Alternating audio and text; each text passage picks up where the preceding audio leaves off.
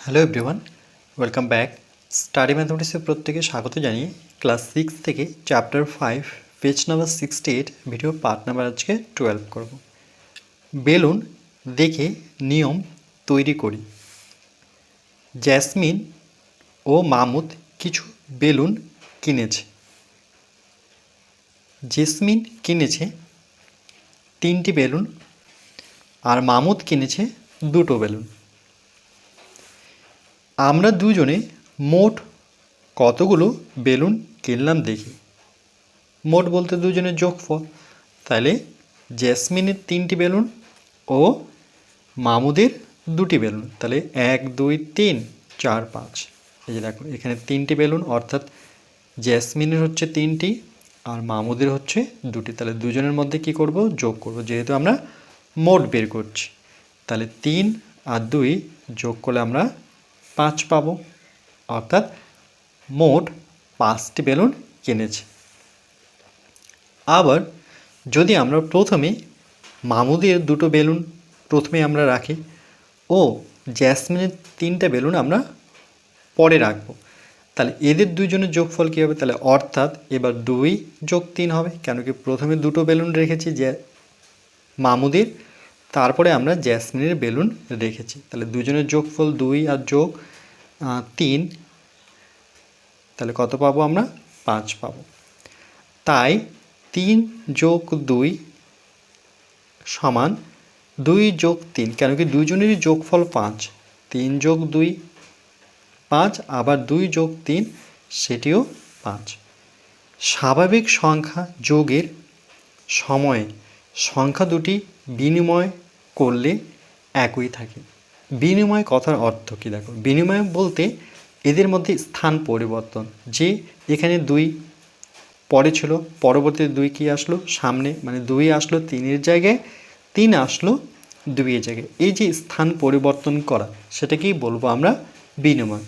তাহলে স্বাভাবিক সংখ্যা যোগের সময়, মনে রাখবে যোগের সময়ে সংখ্যা দুটি বিনিময় করলে একই থাকে, কিন্তু যদি এক্সটি বেলুন ও ওয়াইটি বেলুন যোগ করি তবে কি একই থাকবে দেখি। এবার যদি আমরা চলো নিয়ে করি, এর আগে তো আমরা সংখ্যা নিয়ে দেখলাম 2 আর 3, এবার চলো যদি নিয়ে দেখি, যেমন এক্স প্লাস ওয়াইকে আমরা কি স্থান বিনিময় করে, যেমন ওয়াই এখানে এক্স এখানে সমান ওয়াই এক্স হবে, কারণ বলছে এটা হবে এক্স প্লাস ওয়াই সমান ওয়াই প্লাস এক্স হবে, কারণ এক্স ও ওয়াই এর জায়গায় যে কোনো সংখ্যা বসিয়ে দেখি, যদি আমরা এক্সের জায়গায়, যেমন এখানে দেওয়া আছে এক্সের জায়গায় যদি 4 বসাই আর ওয়াইয়ের জায়গায় যদি আমরা 5 বসাই, তাহলে বসালে কী পাবো, দেখো দুজনের যোগফল কত হবে 9, এক্সের জায়গায় 4 বসিয়ে দিই আর প্লাস ওয়াইয়ের জায়গায় আমরা 5 বসিয়ে নেব, তাহলে 4 আর 5-এর যোগফল 9। এবার এটাকে আমরা বিনিময় যদি করি, যেমন এক্স প্লাস ওয়াইকে আমরা লিখতে পারি ওয়াই প্লাস এক্স, অর্থাৎ ওয়াইটা আসবে এক্সের জায়গায়, এক্স চলে আসবে ওয়াই জায়গায়, তবুও দেখো এদের যোগফল কিন্তু 9ই পাবো, কেন কি ওয়াইয়ের যে মান আছে এখানে সেখানে 5 বসাবো, প্লাস এক্সের মান আমরা কত ধরেছি 4, তাহলে 5 আর 4-এর যোগফল কত 9, তাহলে দেখো এক্স প্লাস ওয়াই সমান ওয়াই প্লাস এক্স, এটা কিন্তু আমরা পাচ্ছি। এভাবে আমরা অন্য সংখ্যাও নিয়েও যাচাই করতে পারি। ধরে নাও এখানেই যদি করি, ধরে নাও আমি এক্স নিলাম, ধরে নাও একটি বড় সংখ্যা নিলাম 10, আর ওয়াইয়ের জায়গায় ধরে নাও নিলাম আমি যে কোনো সংখ্যা, ধরে নাও 5 নিলাম, তাহলে আমরা একবার এইভাবে লিখি এক্স প্লাস ওয়াই, তাহলে এক্সের জায়গায় 10 বসাই, প্লাস বসাবো ওয়াইয়ের জায়গায় 5 বসাবো, তাহলে 10 আর 5-এর যোগফল কত 15, এটা হলো এক্স প্লাস ওয়াই করে।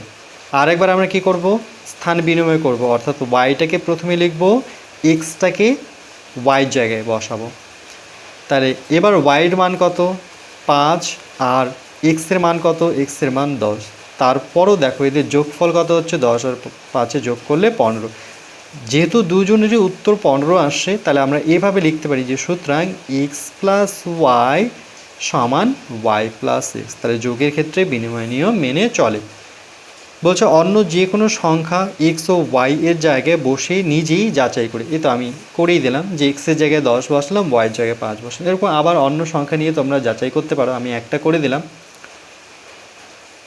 বলছে কিন্তু গুণের ক্ষেত্রে কি এই নিয়ম, এই বিনিময় নিয়ম মেনে চলবে, যদি আমরা গুণের ক্ষেত্রে করতে চাই, যেমন 2 গুণন 3, তাহলে 2 গুণন 3-এর গুণফল কত? আমরা জানি 3 দুগুণে 6। আবার 3 গুণন 2, এটাও গুণফল কিন্তু 3 দুগুণে 6।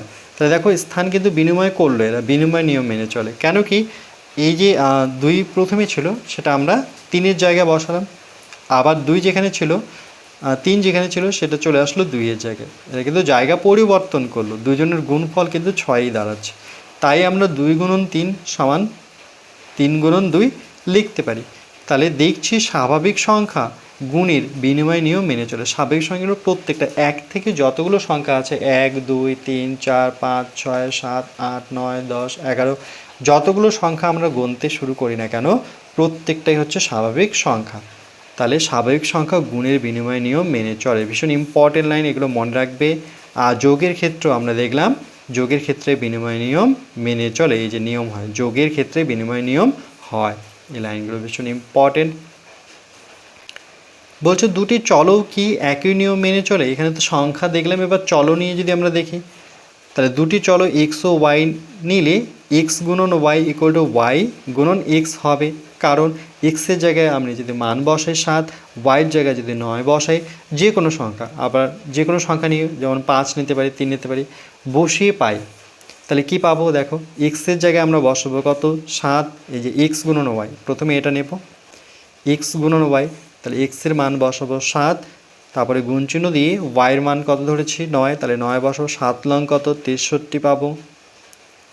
আবার ওয়াই জায়গায় কত বসাবো? ওয়াইয়ের মান দেখো বসানোই আছে 9 গুণ, আর এক্সের মান কত বসিয়েছে 7, তাহলে 7 লং কত 63। এরা জায়গা পরিবর্তন করলো, 7 গুণন 9 ছিল, 9 গুণন 7 হয়ে গেল। তাহলে এক্স গুণন ওয়াই ইকুয়াল টু ওয়াই গুণন এক্স, তাই গুণের ক্ষেত্রেও বিনিময় নিয়ম হয়।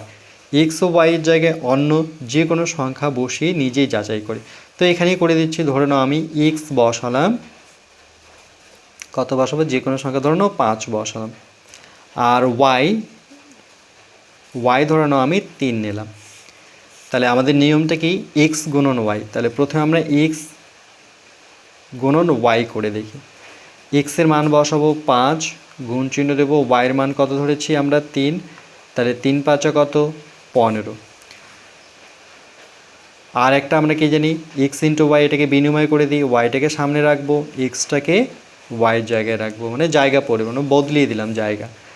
এবার ওয়াইয়ের মান কত 3, এক্সের মান কত? এই যে এক্সের মান কত 5, 3 5 15, দেখো এটাও 15 এটাও 15। তাহলে আমরা লিখতে পারি যে এক্স গুণন ওয়াই সমান ওয়াই গুণন এক্স, অর্থাৎ গুণের ক্ষেত্রে বিনিময় নিয়ম মেনে চলে।